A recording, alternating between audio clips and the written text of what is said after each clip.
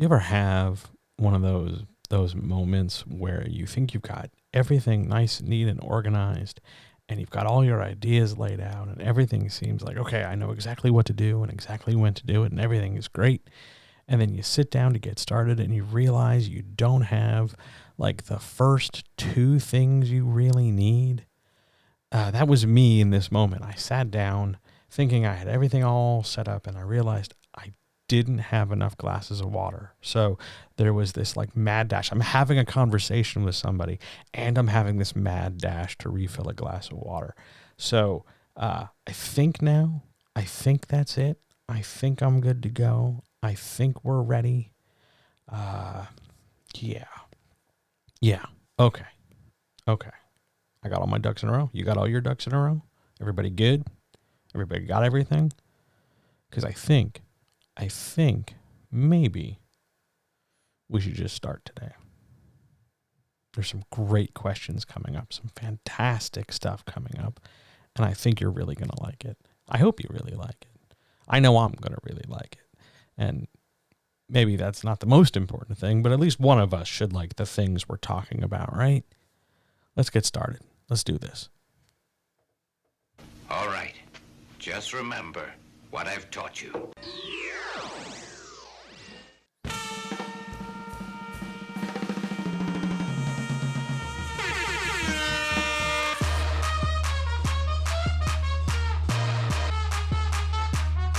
What the fuck is that?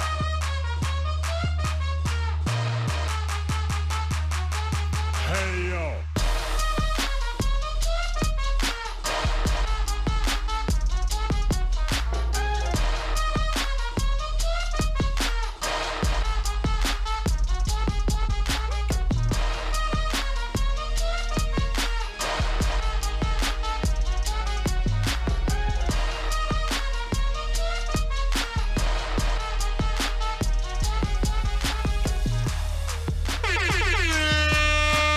Let's go while we're young. Yeah. Okay. Hi. How are you? Everything okay? We good? Have we had a nice day so far? I've had a pretty good day. You know what? It's been better than an okay day. It's been actually a really, really good day. I'm surprised by the amount of good things that have happened to me, and the reduced number of terrible things. That's a nice change of pace lately. I'm quite grateful. Thank you for being here. If you have no idea what's going on or what I'm talking about, hi, I'm John. It's my job to help you write better. Hello. And this is the Writer's Chat for October the 24th. But we can do a better, proper intro, can't we? Ladies and gentlemen, guys, gals, non-binary pals, friends, writers, makers, doers, dreamers, pantsers, plotters, t-shirt wearers, sock lovers, anybody who's ever had to vacuum really quick when they thought, oh no, maybe somebody will care about my carpet. Or anybody who's ever realized they're entirely out of forks 2 minutes right before they have a meal. Anybody who's ever wondered if it's weird that they have favorite pants. People who enjoy fruit salad, but like all the parts of the fruit salad, not just like 3/4 of it and then leave one melon alone in a plastic bucket. People who can appreciate a fine cup of cocoa on a cold day. People who would love a good root beer just randomly. Anyone who's ever loved to laugh. Anybody who's ever loved or lived to make anyone else laugh. Hi. This is the Writer's Chat. You're in the right place. And especially the comrades. Here we are. We're going to answer some questions today. Good questions, deep questions, heavy questions, but some good ones. And my goal, my hope, my plan is to better equip you and arm you to go forward. I want you to write whatever you're going to write. I want your books on my shelf. I want your stuff on my screen. I want your art in my face and out in the world.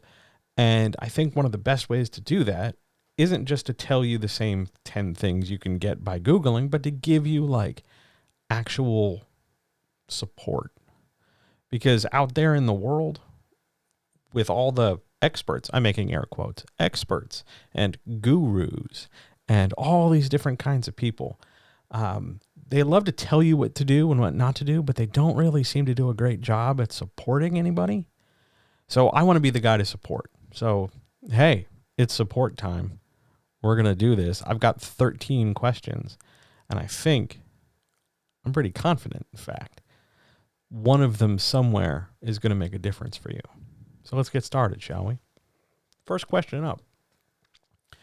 Any tips for writing poetry for a contest? Yes, I have several.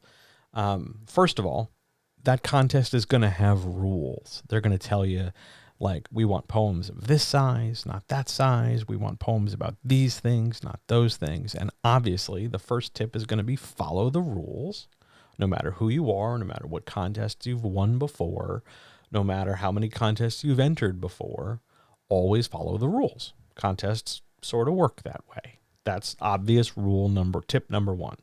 Tip number two, rather than try and make the best poem for the contest, like if your topic is X, don't try and go out of your way to forcibly make the best X poem possible, because you'll never let yourself do it. Not because you're incapable of doing it, but you'll overthink it. You'll panic. You'll freak out. It happens. It's because you're trying too hard. And when you try too hard, the good things you enjoy, you don't enjoy them so much. So don't overthink it by trying to come up with, like, I need this poem to be the greatest poem about whatever the contest topic is for all time. That's what everybody else is going to do. Either that, or they're going to sit there and say, well, who else could be entering this? I have to beat them. And this is another avenue you don't want to go down, because you want to, here's your second tip, you want to craft the best poem that moves you, that does something for you. The contest is just a way of broadcasting it to somebody else, but you're always going to center that poetry and that expression for yourself. It just so happens that, oh, by the way, it's a contest.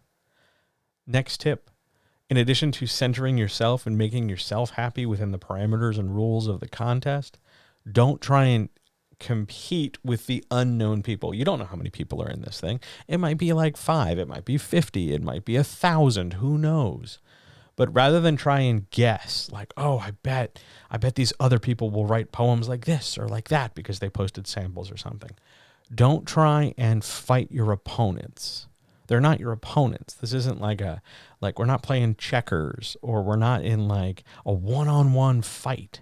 We're not trying to beat them. What we're trying to do, what we're hoping to do, is demonstrate to as many people as possible the quality of your art, which means focus on your craft. Don't worry about what other people are doing. It doesn't matter if you're the only entrant in the contest. It doesn't matter if you're one of 10,000 entries. Focus on doing what you want, saying what you want that's going to move you, that if you were judging this contest, not that you would pick it on the basis of technical merit. This is the poem that used the word orange the best, because that's ridiculous. But if you were tasked with running a contest, what's going to make your poem stand out? Is it the craft? Is it the technique? Is it the meter? Is it your word choice? Is it the visual layout on the page? Is it some combination of all those things?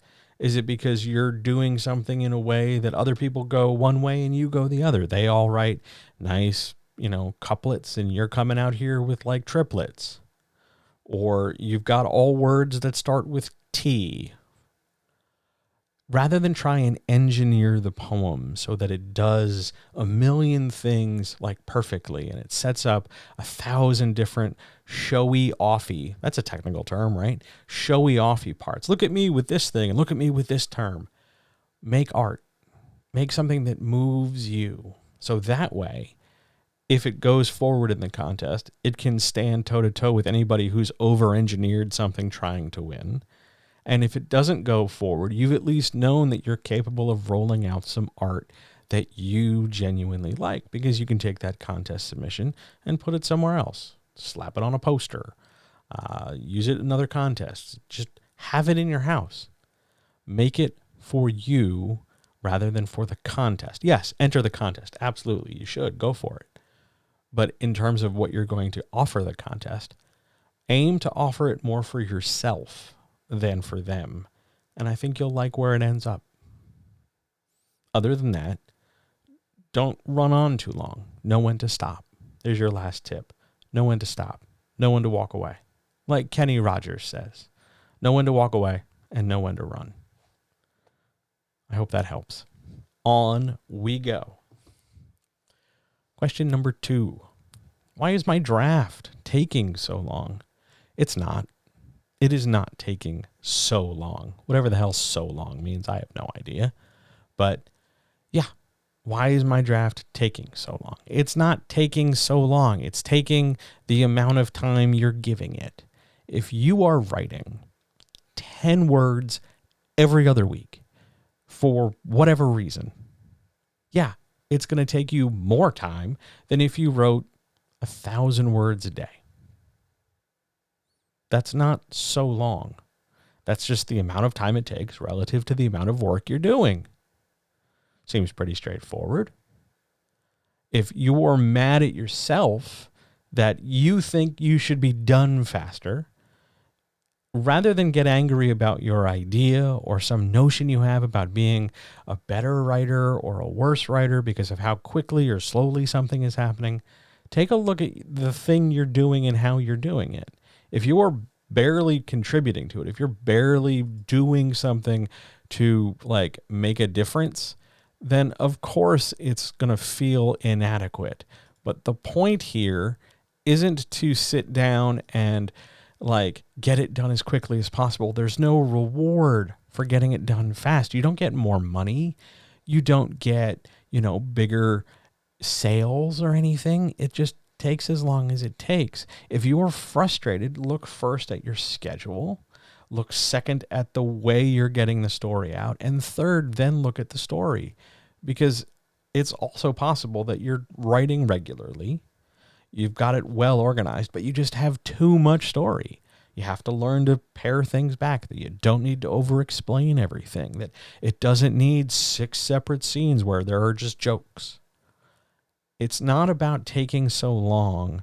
Like a draft of a book, whatever it is, has a certain amount of time to it. If you don't do it in X number of days, you're bad. That's not how this works. This isn't like, stuff you put in the fridge that has an expiration date. It's not going to suddenly just go moldy or gross or something. It takes as long as it takes.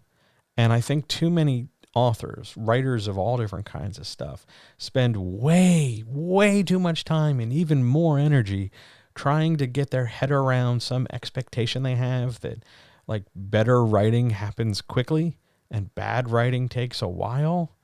Or they justify it the other way around and say, well, I'm taking my time because I want to do a good job. Time and your effort are not the same thing. Your effort is your effort, whether you take a month, a week, a year, 2 years, 10 years, 10 minutes. You put in the effort. That's what matters. Who cares how long it takes? When your book goes forward, let's say you go query it, traditional publishing, or let's say you self-publish it. In either case, once you get past the writing stage, no one's going to ask you how long it took to write. Maybe a reader will at some point, a beta reader or something will stop and ask. But they're not asking because they're judging your quality. They're asking because they're curious. Oh, I didn't know it took that long. Or, oh, that doesn't sound like a long time at all. And that'll be the end of it. It is not an indicator that you suck. It's not that at all. It's just a thing they're thinking about. Don't overthink it. Your draft is taking as long as it's taking because of how you're approaching it. Not because you're good, not because you're bad. It's just because that's how you're approaching it. Let's wrap this up with a non-writing example. There are rooms in my house that I probably should clean. I should definitely vacuum. Maybe wipe down the surfaces, dust, open the windows, air the place out a little, right? If I do each one of those things, like one thing a day, it's going to take me all week to get one room done. It'll get done. And it gives me the luxury of being able to complain about how long it's taking. Oh my God, it's taking forever to clean that bedroom. Oh my God, why is this taking so long? It's because I'm barely doing anything. But if I sat down and I really made a list of all the things I need to do. I need to dust this. I need to run the vacuum. I need to open the windows. I need to, strip the bed. I need to do this. I need to do that. If I just make a list of all those things and then I go do them, how long do you think it actually takes to do them? Honestly, how long does it take to pull the sheets off a bed? How long do you think it takes to open windows? I know that's not directly one-to-one comparable with how long does it take to write a chapter, but nobody cares how long it takes, just that you do it. Sit down, organize, and go forward. Stop thinking about your draft writing in terms of this like finite expiration date, and somehow you have to write a certain amount in a certain amount of time in order to qualify as good, because that's just wrong. Like, that's just stupid. You're making this harder on yourself when you hold yourself to these ridiculous expectations, because one, nobody cares how long it takes, and two, no one's looking. It doesn't matter if you wrote your book 10 words a day every day, or every time you went to the bathroom, you pulled your phone out and wrote 4 sentences and then, went about your day every day. It doesn't matter. What matters is that eventually, at some point, all the words are on the page, and then all the pages are together, and then you move forward. Stop looking for reasons to get angry at yourself about what you're doing or not doing, and put your focus on just doing it. On we go to the next question. With all the rewriting I'm doing, why am I not a better writer? Okay. Come here. Lean here. I'm not going to yell into the microphone. I just want to tell you a secret. Okay? Better, I'm making air quotes, better writers don't rewrite less. Books do not spring out of people fully formed and perfect when they're good, I'm making air quotes, good writers, and it's pulling teeth for the rest of the world. That's not how this works. You keep thinking that, and you will keep not succeeding at what you're doing. You're not a better writer because rewriting isn't how you get better as a writer. It's how you improve a work. And there is a difference between those two things. Please allow me to explain. If I rewrite a paragraph 5 times, just trying to find 5 different ways to say a thing, I am not improving my technique as a writer. I am just changing the presentation of the ideas. Because I'm not really growing, I'm not really challenging myself, I'm not really pushing myself, I'm just finding 5 different ways to say something. If I want to be better about it, though, if I want to really push my craft and challenge myself, yeah, I'm going to need to shuffle the words around, come up with different ways of saying a thing. But I also need to fundamentally accept that in order to do that, I might have to change the whole thing. Because if I just say I'm going to rewrite this paragraph and I keep producing paragraphs, I'm not necessarily pushing myself. But if I say, okay, it's a paragraph right now, but I think I need to turn it into 2 or 3 paragraphs or less, or a sentence or a dialogue scene, and I need to fundamentally change how I think about this text in this space, in this way, then that's where you get to advance your craft. That's where you get to give a shit about things. When you just see it as, I need to rewrite this paragraph, it's sort of like saying, I need to repaint the color on this car. I need to, wash this off and use a blue towel, not a red towel. It's a superficial sort of thought. It's a superficial consideration as to what makes us better writers. Better writer doesn't mean perfect manuscript development. Better writer doesn't mean I don't make any mistakes when I write things down. Better writer means I grow my craft and I challenge myself to not just repeat ideas, but in new presentations, but to fundamentally reconsider my idea in the first place and make a bold choice that's maybe a little vulnerable for me and maybe a little bit scary for me. So if I'm going to write this paragraph, sure, some paragraphs are just going to be boring. Sometimes we're just going to talk about a room. Sometimes we're just going to talk about like breakfast on the table.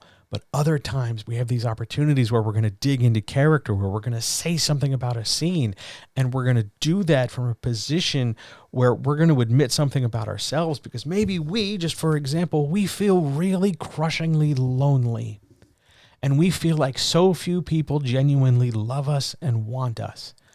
And our character is much the same way. So we can take our feelings and we can find a way to put voice to them. We can have them come out of our character's mouth. We can get into our character's thoughts and mirror our own thoughts.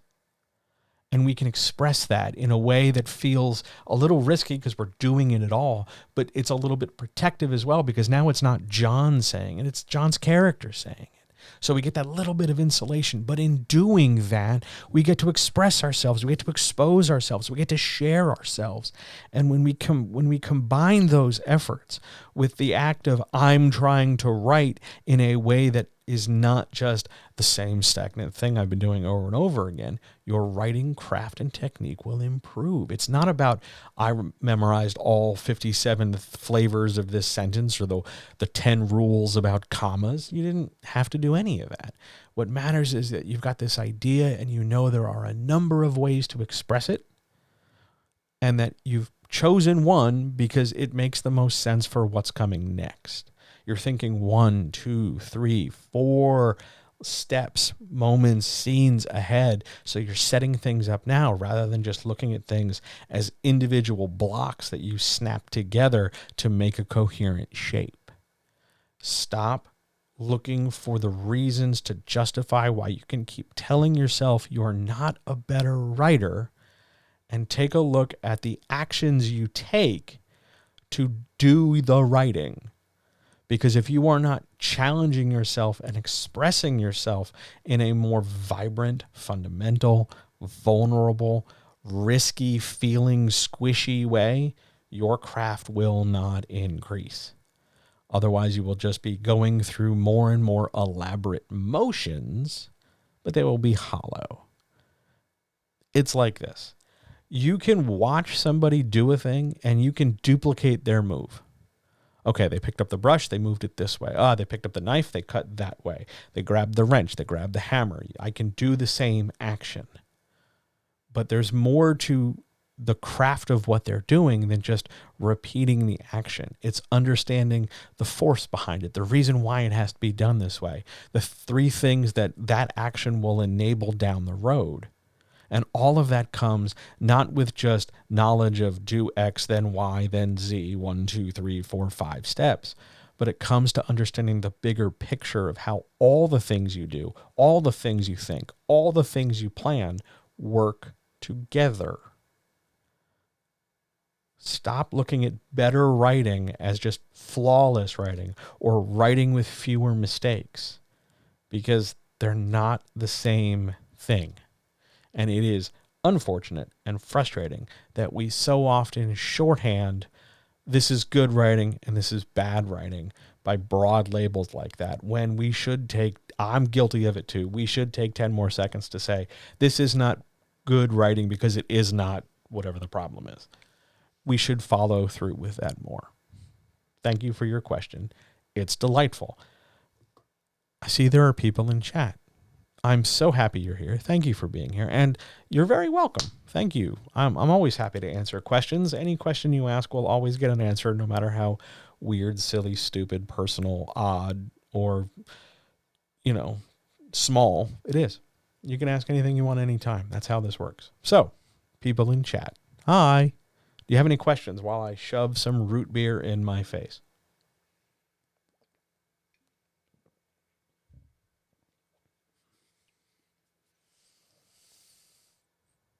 Shall we move on?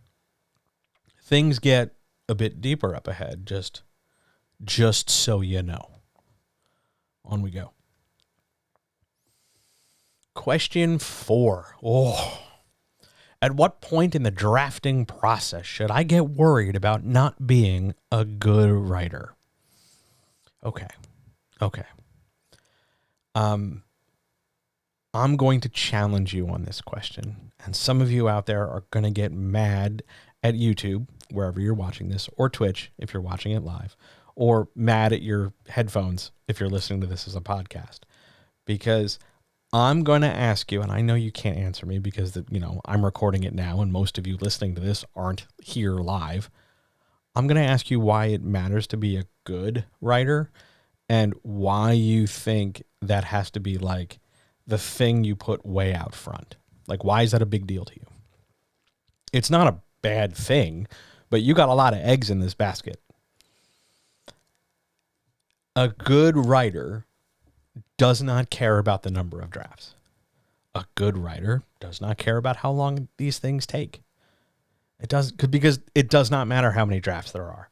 Does not matter how many words there are. Does not matter how long it took you to write a thing or not write a thing. It doesn't matter how long you've been away from your writing. It doesn't matter if, so much stuff overwhelms you and you need to frequently like break it into tiny parts and then sit down and then like have a panic attack. That's why I'm no longer on camera. I get it. But this idea you have of what a good writer is and the way you set it up as though we're talking about this other person who lives on the fucking moon and they are so millions of miles away from you is a dangerous and stupid thing. And I would strongly encourage you, with as much kindness as I can muster right this second, to tell you to knock it the fuck off. Please. You can be a better writer than you are right now. That is not the same as being a good writer, because this good-bad binary is the cause of many problems. It doesn't matter how many drafts you have. If you start worrying about the quality of your writing on the basis of the number of drafts you've made, the problem isn't with the writing you're doing, it's with the setup and developing you're doing of your ideas. Because the writing is just the follow-through. If you've poorly organized a thing so it's taking you a lot of different tries to get it to somewhere where you feel good with it, the problem isn't you doing it at all. The problem is that you haven't laid out your idea enough. Now, yes, maybe the idea is part of the problem. You need to think it through more. You need to add more detail, something like that. But the act of you doing it is different than what it is you're doing. And you shouldn't quit doing a thing just because this one thing you're attempting isn't working in the current way you are trying it. If that's the case, then I would never make food, because if I burn something, does that mean I should never make dinner again? Or if I drop something, should I never carry anything again? That's the same sort of idea, the same kind of thing you're telling yourself when you're like, oh, I'm not a good writer because of this reason. There's too many drafts. I'm not a good writer. It's taking me too long. I'm not a good writer. It's not as detailed as I know it should be, so I'm not a good writer. You keep looking for reasons to be okay with not being good. And I would love for you to stop doing that, because no one's saying that. I love you. Nobody's telling you you're a bad writer except you. And I can't let you talk about my friend that way. I just can't. I got to stick up for my friends and the people I love. And I'm not going to let you shit talk them. So shut the fuck up for a minute and stop telling me that my friends are bad writers. Because they're not. They're not where they want to be yet. They're not published yet. They're going to get better. I would love to see a few of them push themselves a little bit farther and a little bit harder than they're doing right now. But that's on them to figure out, and that's on them to admit and them to accept, and then on them to do something about it. And I'll be here to help them the entire time. And if we never get there, then we never get there. I'm still going to love them. I still think they could do it. But telling yourself you're a bad writer because, I'm on draft 5, who gives a shit? Who gives a shit? If you are looking for reasons to quit, just quit. If you are looking for reasons to say you're bad at something, you can do that. Just don't do that near me, because I'm not going to let you, do that. That's not the point. If you want to get better at what you're doing, it's not about how many times you try it. It's about how you work to get better. I don't care if you have to write 10 drafts. Your editor, your publisher, your pimp, they don't care if you do 20 drafts. So long as you make your deadline, so long as you do what they need you to do. Will they talk shit about you? Yeah, they're wired to talk shit about you. Some people are just like that. But that's sort of the boat you get in to row away to do what you want to do. That's what you sign up for. Not everybody's like that, but there's a fair amount of that. But you can't tie your goodness as a writer to the number of things you've done. You can't, because they're not the same. Are you a bad writer if you wrote 100,000 words, then you edit your book down to 95,000 words? Are you a bad writer if you need to add a chapter? Oh my God, I forgot this scene with the brother. Does that make you a bad writer because you forgot a detail? No one is expecting you to be perfect except you. No one needs you to be perfect except you. And it's okay to not be perfect. It's okay to struggle. It's okay to need help. It's okay to get help. It's okay to say, yeah, today's not a day writing is going to happen because of whatever reason. And it's fine. Is it ideal when there's always a reason day after day after day and we never examine it, we never try? That's a problem. But if you get a day where you get, I don't know, a head cold, or you've got work to do, or, you get into an argument with somebody and it just fucks up your focus, that's not a problem. Just take the day off. It's okay. And if you're writing a draft and you're getting frustrated and you're like, screw it, and then you start over, okay, I would love for you to go back at some point and dig into why you said screw it and pick the draft up again and see what you can do with it. But if this is becoming a pattern where you get so far and then you stop, we should examine why you get so far and stop rather than what the idea is, because you're not even giving the idea a chance. Drafting is drafting. It's organization. It's learnable skill. It has nothing to do with how good you write. Nothing at all. You can be a great writer and suck at drafting.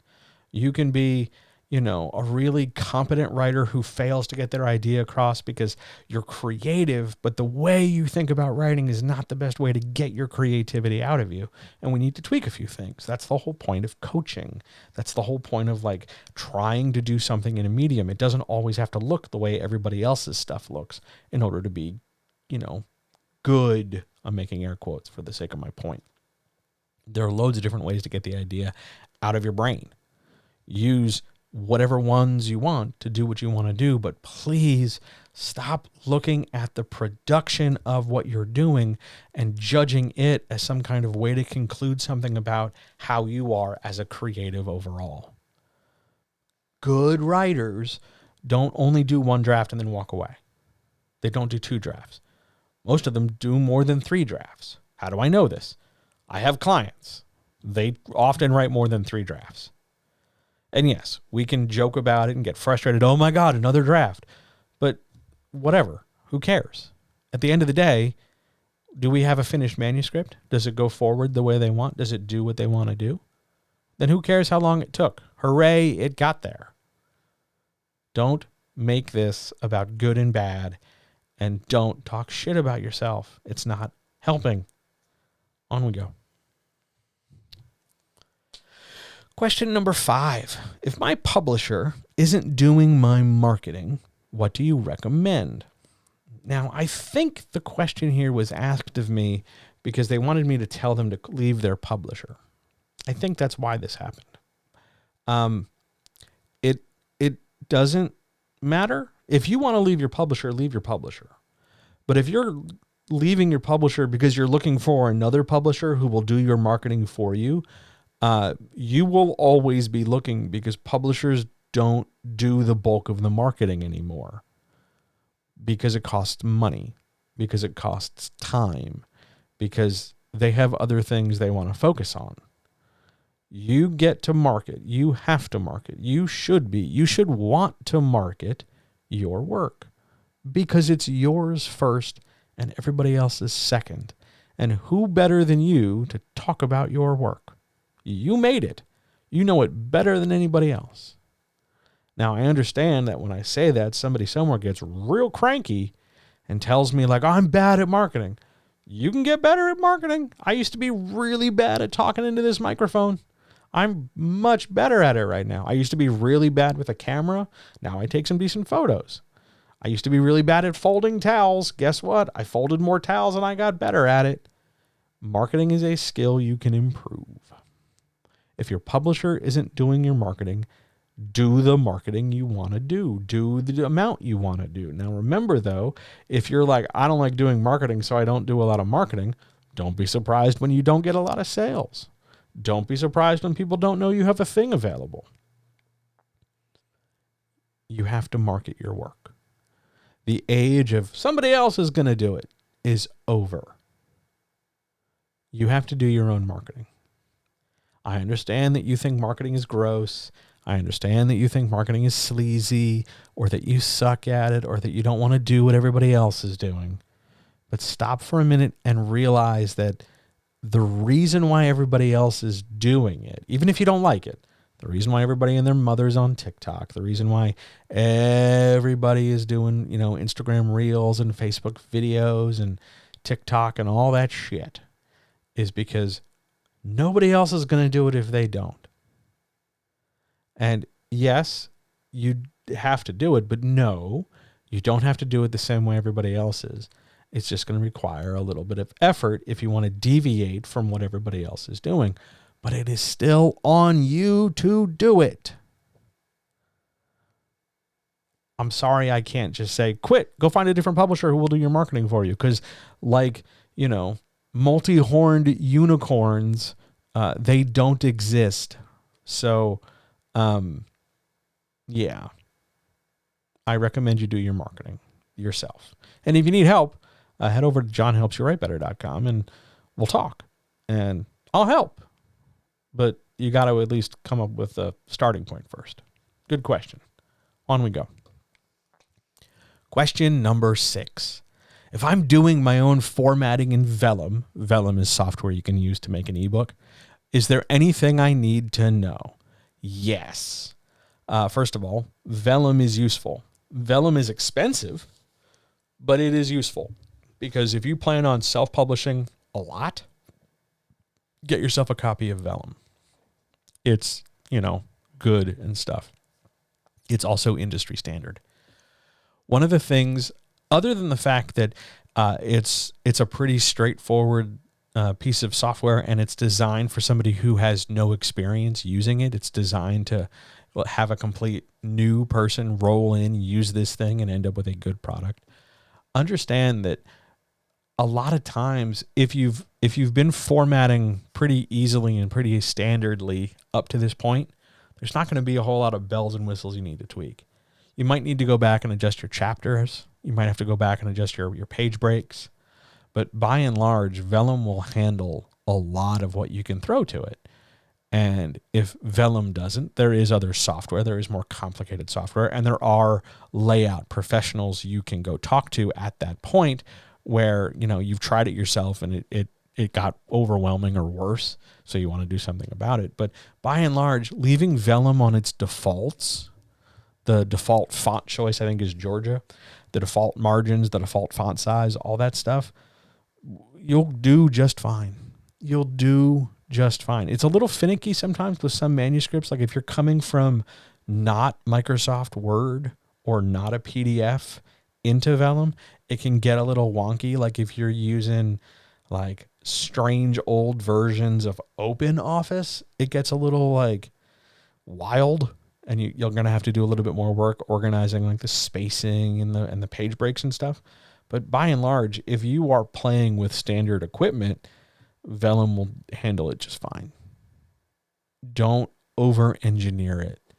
Remember, though, that Vellum's primary job is to get the text in order. It is not a Photoshop thing. It is not going to, design your cover. It's not going to help like organize all that stuff. It's just going to turn the text into something readable that you can put on a Kindle or put on a reader or something like that. Super useful. Use the defaults. For the vast majority of people, that's going to be just fine. Okay? Good question. Nice technical question. On we go. I see people in chat. Hello, and you're welcome. I love answering questions. Questions, anybody? I'm going to actually put water in my face because the root beer is good, but it makes me fucking thirsty. So questions about anything?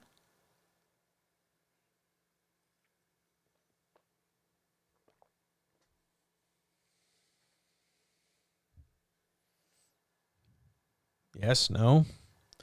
Else we will keep going. On we go. Question 7. My agent just dropped me via email. Yeah, that's the most common way to get dropped. My agent just dropped me via email. What is my next step? Well, let's see. In the short term, there's a question in chat. I actually do. I keep forgetting there's a delay, so I'm going to jump back. I'm going to answer. Hang on, we're going to go backwards. I'm going to answer this question.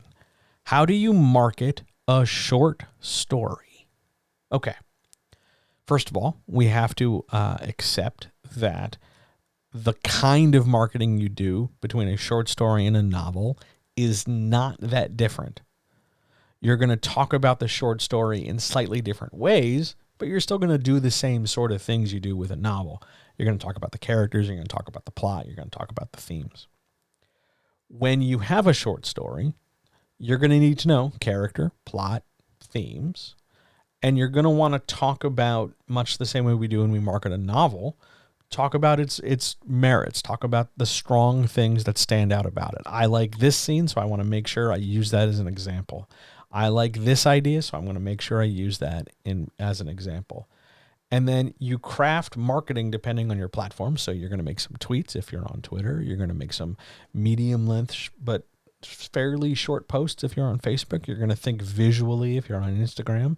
You're going to think a bit more animatedly and excitedly if you're on TikTok, something like that, in order to take advantage of how that platform works. But the fuel you're going to use on that platform stems from you having something to say about this story, or, and this is important, or about how you wrote it.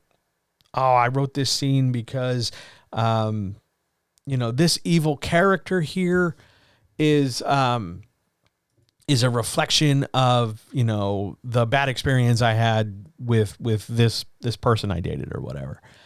And using those ways to build a bridge between, because marketing's whole point is to build a bridge between your reader and you and your work. So the way you market it, the way you craft that idea and stuff, is to just lay out different elements of your work and talk about them in different ways. I talk about my characters this way. I talk about my plot that way. I talk about my themes, and I'm going to do some combination of those things across all these different platforms. It's a lot of little steps rather than like 2 or 3 big magical ones, if that makes sense. It's not like, I'm marketed by saying this exact sentence. We would love for it to be that way, but it's not. Take little pieces out of your story, highlight certain scenes, highlight certain ideas, figure out, depending on what you say about them, how you're going to best use it. I get really excited when I talk about the plot, so maybe I'll save that for a platform that favors excitement. It's just a quick, short little summary. Maybe I'll put that on a more text-based platform. And you get to pick and choose different ways to do different things. But it's about understanding the components you're talking about. If we're gonna we'll take a non-short story example. If we're gonna make some bread, and we're gonna market bread, we're gonna talk about probably the components of bread: how soft it is, how warm it is, the color of the crust, how crusty it is, how fresh it is, how big the loaf is, and maybe once we're exhausted thinking about all the bread details we want to talk about, maybe we'll talk about how we made the bread, how much time was spent kneading the dough, how much flour and how much water went into this thing, and how long it proofed. We're gonna talk about the construction of it along with its composition, and we're gonna do that in as many different ways as we are comfortable. So maybe if we're selling our bread, we're going to only sell our bread on this one website because that's what we like. But we understand that if we only sell it on one website, we're sort of closing the doors on other opportunities. But if that's what we choose, that's what we choose. I would encourage you to choose more than one. But you want to talk about its composition and its construction, whether it's a short story, whether it's a novel, whether it's a loaf of bread, whether it's a painting, whether it's a jar of bath water from a streamer in a bikini. You want to talk about its merits, talk about what it has going for it, talk about its good parts that you like, and then move forward. Great question. I'm going to go back to the agent question now. So your agent just dropped you via email. What do? Take a day off. Seriously, sit there and lick your wounds, because that sucks. Because a lot of people put a lot of stock in, sitting with an agent. I got to get an agent. That makes me legit. I got to get traditionally published. That makes me legit. They give a shit about that. I don't know why. They just do. I wish they didn't, but they do. And so when this dream comes to a crashing halt, and it often comes to a crashing halt for a number of factors outside the writer's control, like the agent takes on too many clients and they just can't, work with all of them to the same degree, and some are more popular than others. So the unpopular ones who didn't really get a fair shake to begin with get booted to the curb, or the agent gets fired, or they change jobs because being a pimp is apparently, it's difficult being a parasite. Or the book isn't really selling and new material isn't forthcoming, so they're just kind of treading water and taking up space. You'll get dropped. It happens. Your next step, though, should be to figure out, once you've licked your wounds, after that, you want to go back to your contracts, and you want to look and see when the rights to your material come back to you. Do you have to wait 30 days, 2 weeks, 60 days, 90 days, 6 months? Is it 6 months from the day of your last sale? What are the terms that get you your property back? Your contract should list that. Your contract should have also listed the method by which you'll get released and what happens. There should be a termination section. There should be a set of rules that talk about like how this thing, what happens after it falls apart. Who walks away with what, for how much money, what kind of stuff happens, what kind of schedule does stuff go with. All those things should be laid out in a contract. Read that contract. Figure out what the next steps are. And then while you're waiting for those things to happen, plan your next move.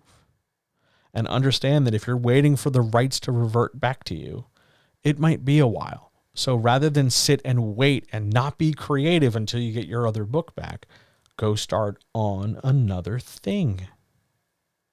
Use a little of that anger, a little of that frustration.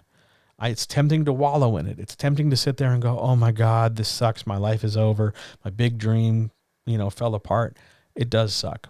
I've had many big dreams in my life fall apart. It hurts, and it's okay to hurt, and it's okay to hurt for a while. But that does not mean you get to pause everything and just have hurt. You have to learn how to be hurt and keep moving. And that's really, really hard. And if you're going through that, I'm really sorry, but please know that you're not alone. And if you need help, I'll help in whatever way I can. The point is, though, that you can't just stop. I know you want to. It's real tempting. I know it's real easy to catch a case of the fuck it all. Just fuck it all. I know. I get it. But don't. You've had a setback. It's been pretty major. Use the time wisely. You are bigger than this setback. There's more to you than this setback. It's not ideal. It sucks. Great. We've agreed it sucks. Let's do more than talk about how shitty it is, though. What are we going to do next? What's the next step? You got to get your rights back. You got to get your material back. And then you're going to figure out what your next options are. You can publish it yourself once you get the rights back. No, you got to get the rights back to do that first. You can go publish it yourself. You can go move to a different avenue. You can jump to a different platform. You can take a risk. You've been liberated. You no longer have to stay shackled to the old way of thinking. This is an opportunity. As much as it is a loss, it's an opportunity for growth and change. But you've got to be willing to loosen the rigidity of your thinking to get there.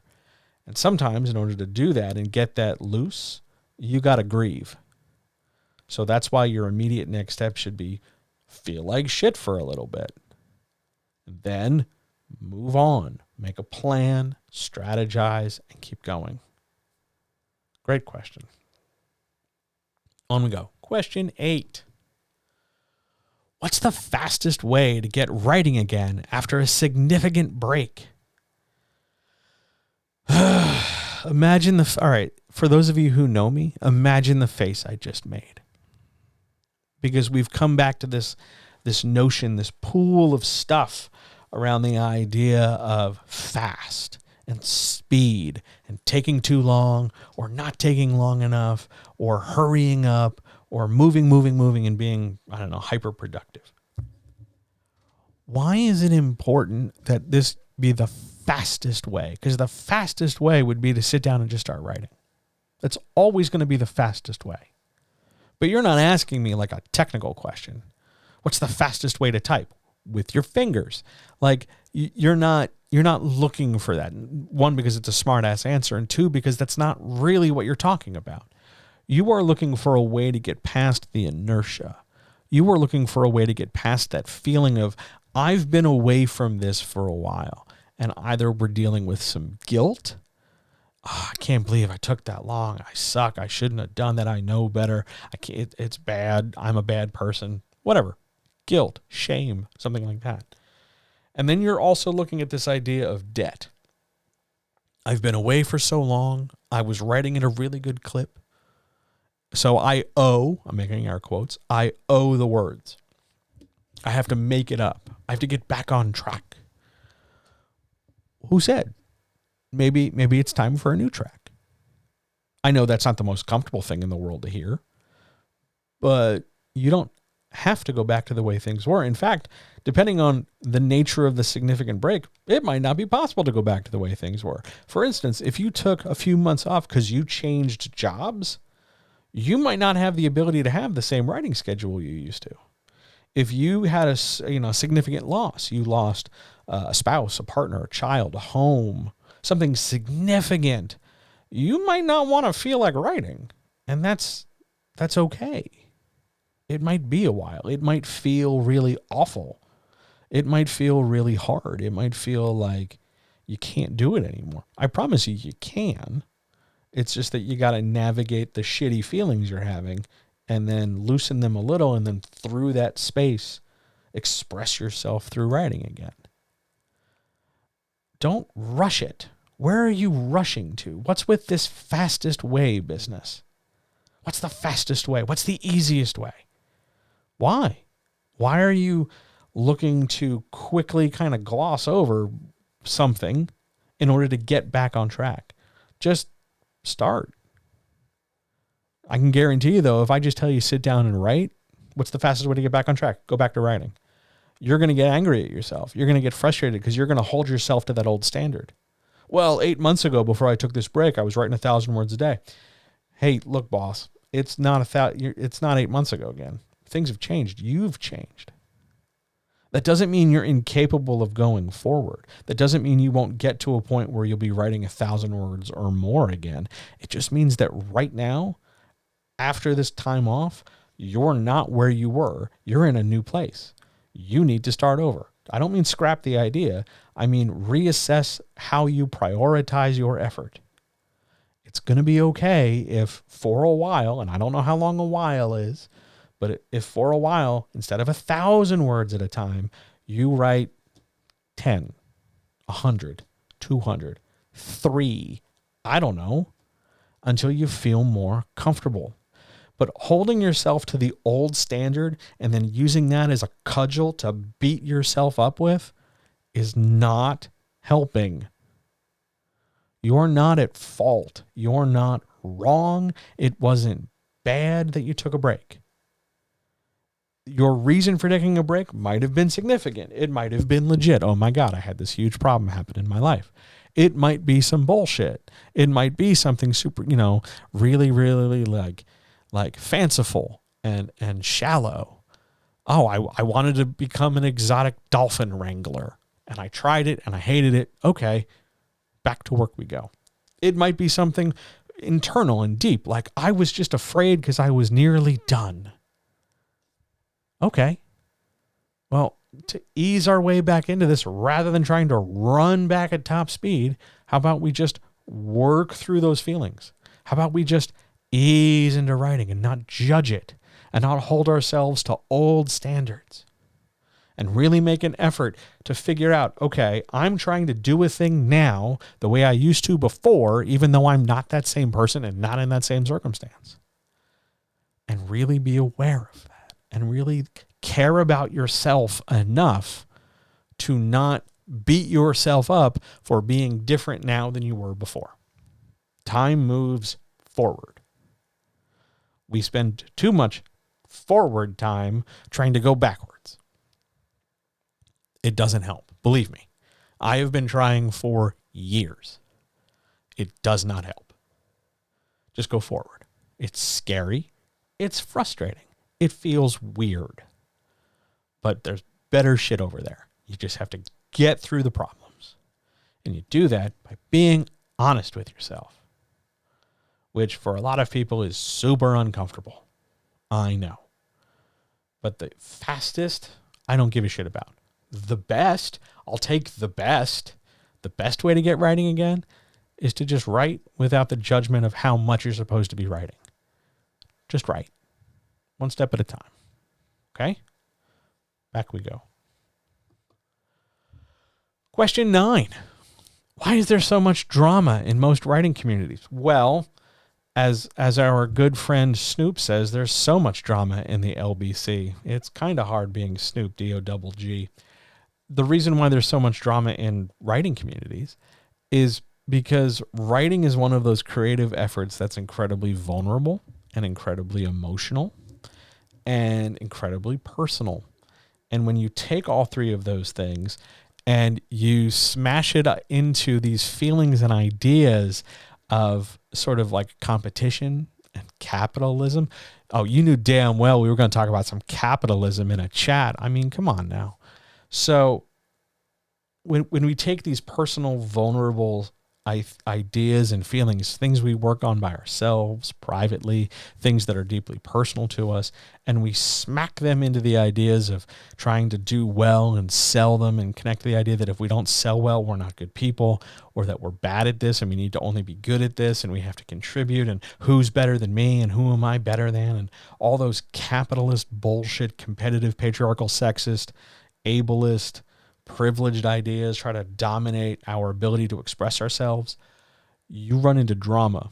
You run into drama because people have ego. You run into drama and people have ego because there's unrecognized privilege, because there's unrecognized issues, because people are letting their trauma do their defining of things. People are letting their expectations run wild because nobody's ever taught them how to set boundaries, and they don't give a shit about boundaries because they're too busy being unchecked, toxic, negative, either personally or socially.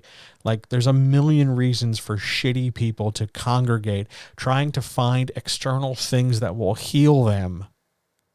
So they bring all their bullshit forward and then lens the rest of the world through their shit.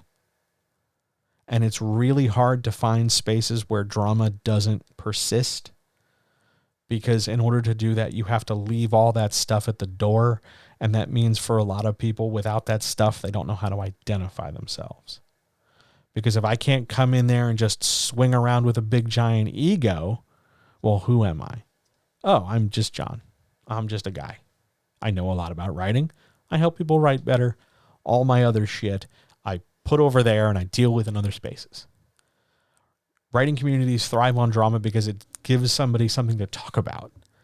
Because I don't know if you know this, but a lot of writing communities are real focused on community and not very focused on writing. They just happen to be spaces with a lot of people who swear they're doing writing. But I don't see a lot of people in these spaces talking about like, hey man, my publishing date for this is here. My marketing link is here. Check this out. Come over here. Here's my pre-order link. Like, they're not talking about the success of writing. They just want to talk about how hard it is. And then when you follow up with them, they tell you about how much not writing they're doing and how much I got to understand. Oh, Johnny, I wish I could be writing more. Okay. I'm done with this conversation now. Because you're about to give me like 5 excuses as to why you're not writing, and then you're going to ask me what it is you're supposed to be doing. You already know the answer. Like, I can go get a sandwich because the answer is supposed to be you're supposed to be writing more. Drama persists in these spaces because the focus is wrong. Because the focus is on who they are as people rather than who they are as people who happen to be writing. too many people take a writing community as some sort of weird therapeutic space. And there's nothing wrong with communal therapy. There's nothing wrong with healing each other by being together. There's nothing wrong with collaboration. There's nothing wrong with bringing people together. That's wonderful. That's the whole point of a community. However, doing that to the point where you're not fixing your shit and you're just kind of throwing it around and then wielding it as a set of excuses to stop you from being creative and being your honest self, that's cowardly and shitty. And that breeds drama. And people love hierarchy, and they love not working, and they love being scared and talking about it and promoting their bullshit instead of just being themselves and being vulnerable and talking about when it's hard and trying their best anyway. One of the things in this world I am most proud of, other than like, hey, I've lost 51 kilograms worth of person off my body frame. And oh my God, I've developed like a ton of new skills for stuff. One of the things I'm most proud of is that I made a little writing community. I made a little space where I get to actually be me sometimes. And I don't always have to be like on. I don't have to be like the guy. Sure, people ask a lot of questions and I answer them, but I'm allowed to have a bad day. I can talk about wrestling. I can tell, stupid stories about, oh, this one time I watched a guy staple his tongue, which is a thing I watched a guy do in order to impress a girl. It was weird and bad, and it wasn't me. What a weird day that was. Anyway, I get to be me in this space because there's no drama. I was in a space where there was drama. I left. Whether or not I caused that drama, I don't know. I don't really care. It was years ago. Who gives a shit? I'm a different person. But I made a space where people can be themselves, which is good because I like all the people there, and I like it when they're themselves. I like them when they're honest. I like them when they're vulnerable. I like them when they're working. I like them when they're discouraged. I like them when they're encouraged. You can build a community space without drama. You just have to work hard at it. It's like gardening, tilling soil, writing. You just got to care and work hard every day, and you can do it. Great question. And yes, for the record now, Snoop lyrics are stuck in my head. Are there any questions from anybody in chat? I noticed we're going long today. I'm sorry. Usually by now I'm like on question 12, but we went a little long because I got a little long in some other stuff.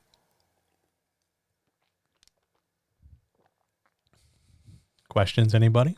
First of all, by the way, looking at my YouTube metrics, this is usually a point where people dip out. I really, really appreciate you staying. Thank you. Whether you're staying because you're a bot and you are programmed to just leave when the video ends, I don't know. But thank you for being here. It means the world to me. Questions, anybody? I have to remember that there's a gap. Okay, on we go. Question 10. A fun question. God, I love fun questions. Best and worst movies I've seen this year. Oof. Okay. Can I give you 2 best movies I've seen this year and 1 worst? I've seen a lot of stuff, and I've seen a lot of good stuff, and I've seen some not great stuff. 2 best movies I saw this year, for 2 very different reasons. I loved Oppenheimer. When that streams, wherever it streams, there will be a great deal of Patreon content. It's patreon.com/John Helps You Write Better, where I will talk at length about that movie because that movie's amazing. Oppenheimer. Other best one, Barbie. The Barbie movie was brilliant. It's entirely different than Oppenheimer. Entirely different. But it's brilliant in its own way. Also, there's some fantastic fascist jokes in there. Really a big fan of those. But it was different. Both of them are realized visions. Both of them are crafted messages. Both of them contain individual moments that stand out on their own. One of them is profoundly dramatic and moving and affecting and gets you to look at yourself in a different way. And the other one is funny and gets you to look at yourself in a different way. And any story that can do that is a good story. All right. The worst movie I've seen this year? Oof. I am going to get grief for this for sure.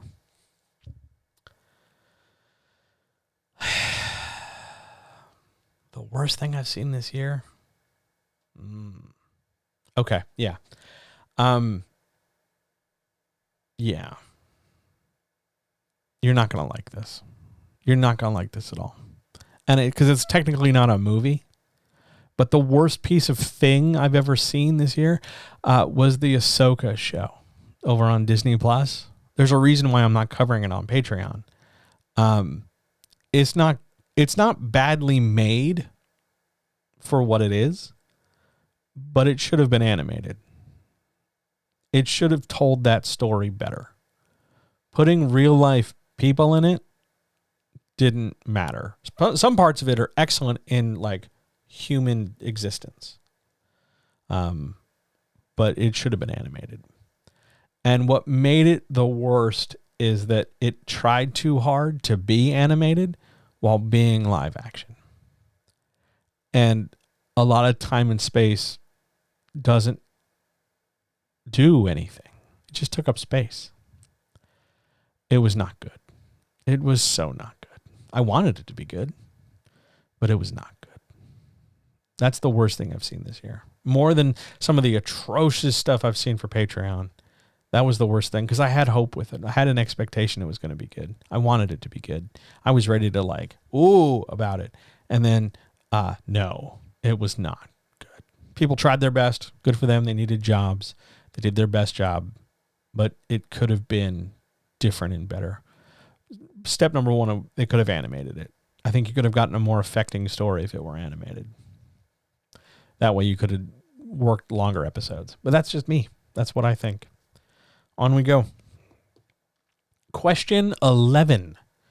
If the submission guidelines don't say anything about page numbers, can I put them where I want? Yeah.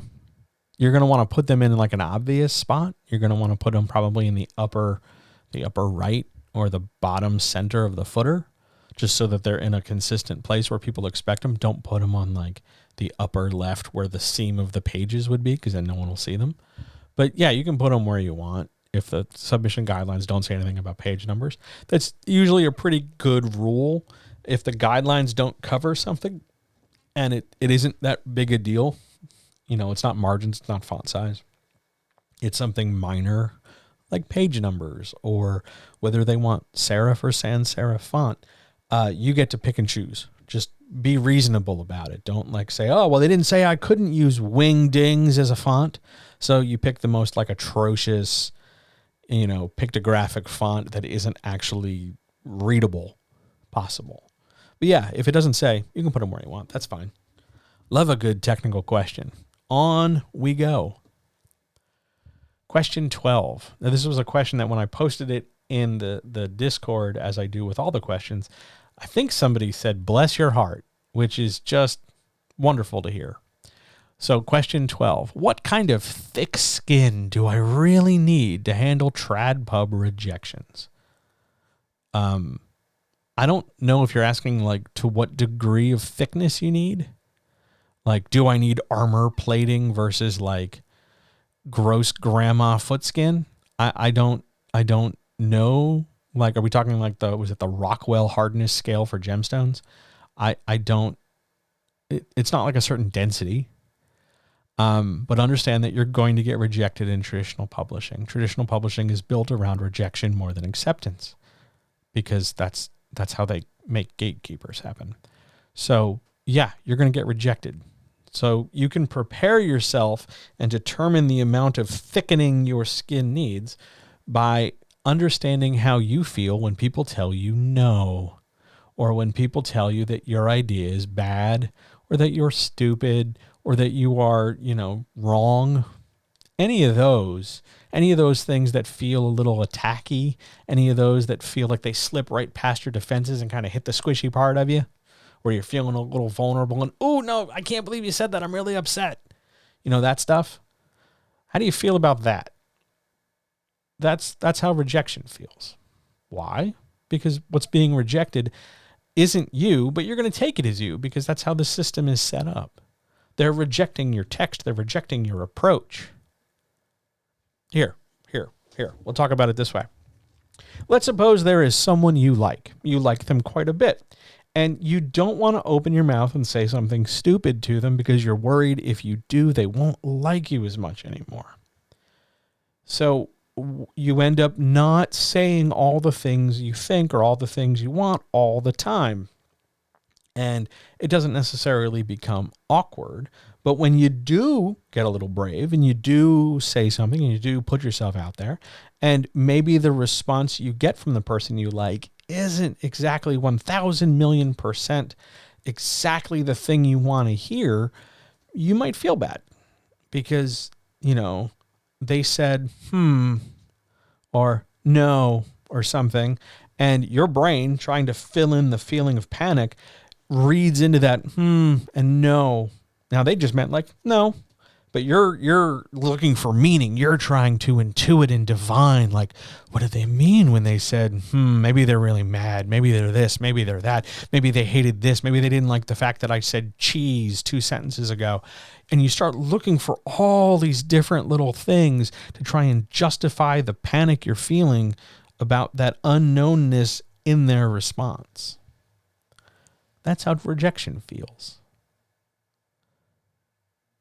It happens with traditional publishing. You're going to get a lot of, no, thanks so much, but this isn't for us, which isn't going to tell you if anything's wrong. It's not going to tell you how to make it more like something they want, but you're going to get a form rejection letter and you're immediately going to start thinking, well, maybe they didn't like my characters. Maybe if I had a flashback, maybe if there's a horse, maybe if there's a this, maybe if I take this out, and you're going to start tearing everything apart when in fact, all they said was no or and go on from there.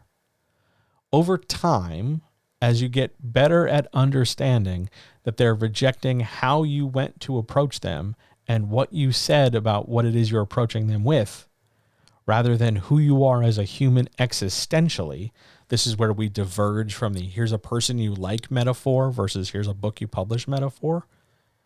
When you realize they're just rejecting your approach and they're not denying you as a human, you get over rejection slowly, awkwardly, and sometimes it still hurts. I've stopped counting rejections. I hear no from people all the damn time. Hey, do you want some coaching? Hey, it sounds like you're struggling with this thing. Do you want some help? Here's an example. Here's a great example. Every week, more or less, as much as I can, I ask if people have questions. Not necessarily here in chat, though it does happen sometimes in chat. But elsewhere, I will frequently ask, hey, I'm around today if you have questions. I might as well talk to that pile of socks I need to fold. I'll get more of a response from them because maybe my cat has like tunneled under them to surprise me because she likes to like jump out and at me because it makes me laugh and her laugh. But yeah, crickets, man, crickets. That's a rejection. And it hurts every time. Every time that hurts. There's nothing I can do about it. I can't make them ask questions. I just got to go out there and try. And over time, you get used to it. And over time, you get some thicker skin. I hope that answers your question. Good luck out there. Please understand that you're going to get rejected more times than you'll get accepted. And that's okay. Good luck. On we go to our very last question of the day. Are you really sure? Question 13. Are you really sure you don't want to be an agent? Man. Originally, this was going to be like question 2, just so you know, but I saved it for the last because what the hell question? Are you sure you don't want to be an agent? That's like saying, hey, do you want to be like a tick? No, I don't want that. I have no desire to be an agent. I will tirelessly advocate for clients. I will make sure people see their links. I will put their stuff in newsletters. I will buy their merch. I will wear their t-shirts. I will read their smut. I will tell them if the thing they wrote was hot. I will stand there and tell them that they're amazing. I will do loads of stuff in a work capacity to help them be their best work selves. And as a person With the people to whom I am intimate, I will be my best self to help them be their best selves, assuming I don't meet like giant resistance or something. I don't need to take 10% of anything in order to do that. I'll do that willingly. I will do that happily. This idea that in order to do a good job, I have to have it financially incentivized is sure tempting, because we are going to a time of the year where generally the money falls off, and that always scares me. But I am profoundly uncomfortable at the idea of what I do best: help people write better, help people believe in themselves, help empower them to go do things, needs to get 10% of their work to me to justify it. I don't like that idea. I do what I do and I provide a service. People pay for that service. I'm very happy with that. Just like if you went to a trainer at a gym, they help you work out, you pay the trainer. Straightforward, easy peasy, lemon squeezy. I'm not comfortable with pimping out people. There's nothing wrong with sex work. That's not what I'm talking about when I call them a pimp. Maybe a better word, a more aggressive word would be an exploiter. I'm not interested in exploiting people.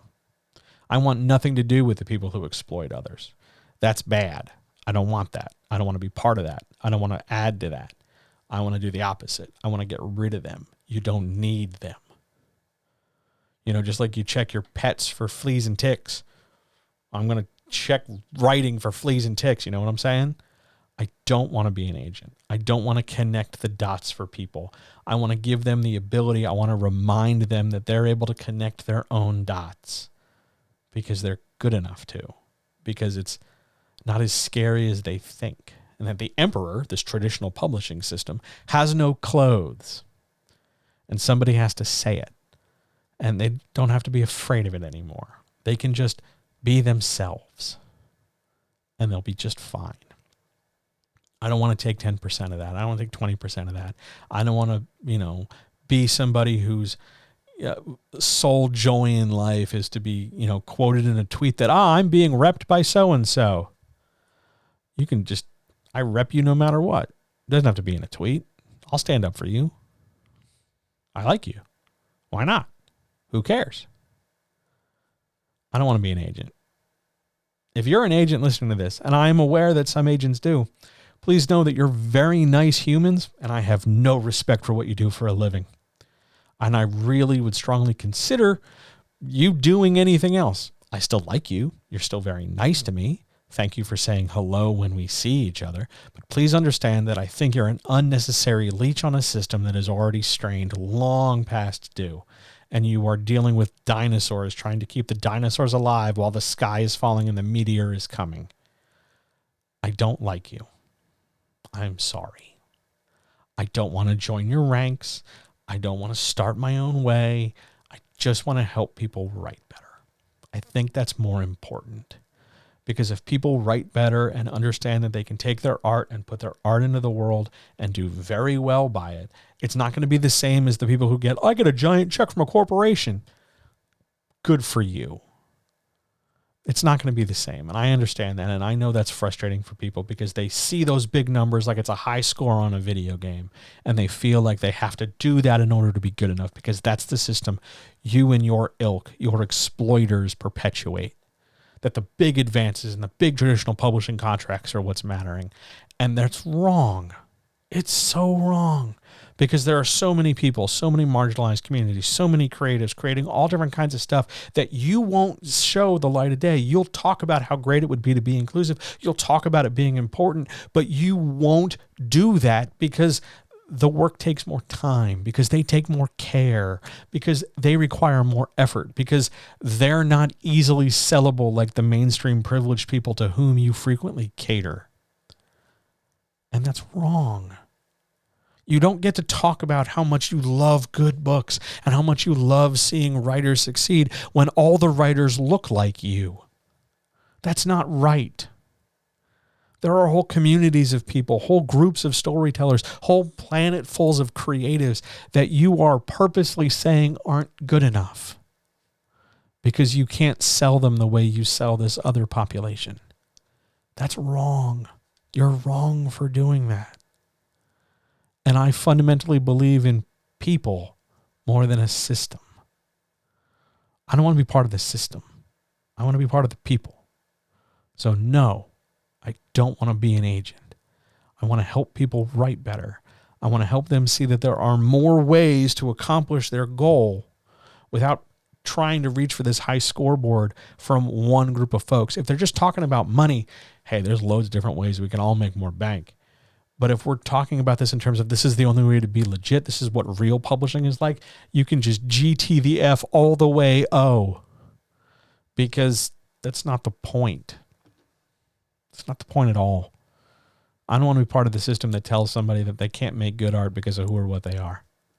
Or that they're very good art as it is, which only needs a certain set of tweaks to get it out the door, is not good art because it doesn't match up with what everybody else is inhaling. I don't want to do that. I don't want to be an agent. So no, get fucked. Are there any questions from anybody in chat?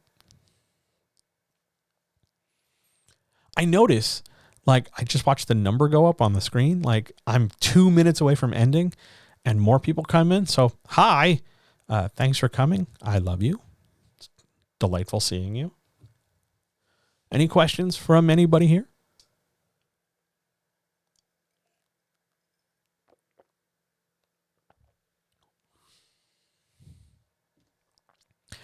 Am I going to play the new Spider-Man? I am playing the new Spider-Man currently. I am 12 or 13% in, apparently.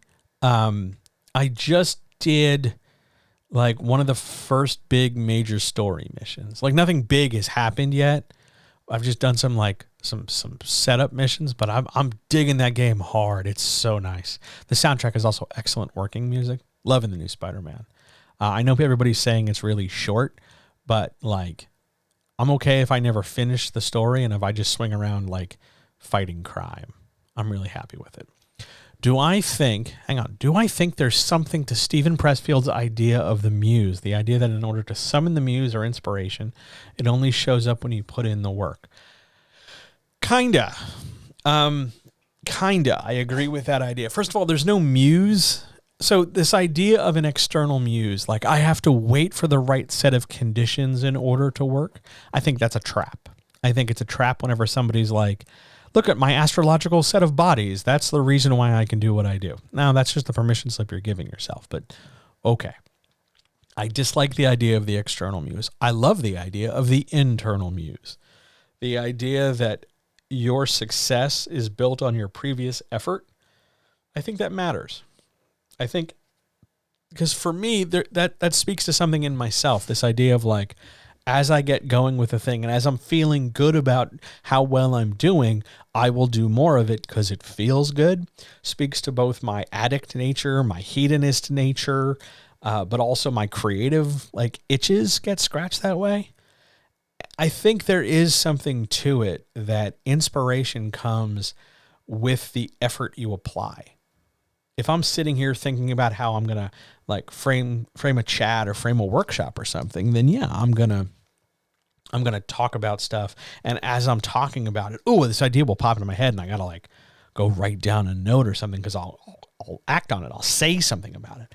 I think it's accurate in that regard. I don't particularly like his, he's got a very granular view of like what is and isn't resistance.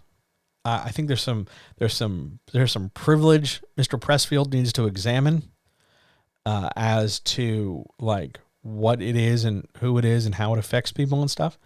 But overall, his idea on the muse and summoning the muse means you got to do some work first. Don't wait for the muse, then work. Start working, and then as you go, you'll feel more dynamic and more fluid about it. The easy comparison, if I've said all these words and you're like, I don't know what the fuck you're talking about, the easy comparison is this. If you've ever been to the gym and you've ever tried to work out, your first couple stretches and moves or whatever will feel a little stiff, but you'll warm up and then you'll do more. You'll feel better. Those first 2 or 3 feel a little awkward, but then you'll get going. And if you're not crazy about a gym physicality metaphor, consider that, the first time you did a thing, it felt weird. You didn't think you did a great job, like learning how to walk, learning how to ride a bike, learning how to navigate stairs, learning how to speak a language. Those first times you started, like it felt like it was really weird. You didn't really know what was going on. But as you did more of it, you got more comfortable with it. And now you don't really have to think twice about it. I think that's as much the muse, and that's as much inspiration, and that's as much enlightenment and light bulb going offness as anything else. What a great question. Excellent. Love that so much. Other questions? Otherwise, we'll get out of here.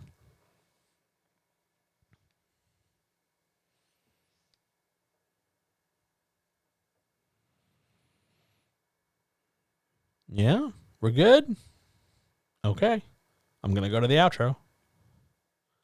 Outro.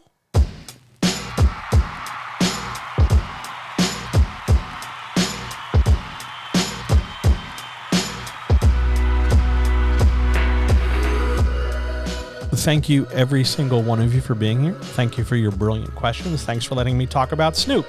Thanks for letting me talk about muses and parasites and focus and believing in yourself and being good enough and poetry contests and socks and all the different random stuff I've talked about today. Thanks for being here. I'm grateful for each and every single one of you so much. Now, hang on.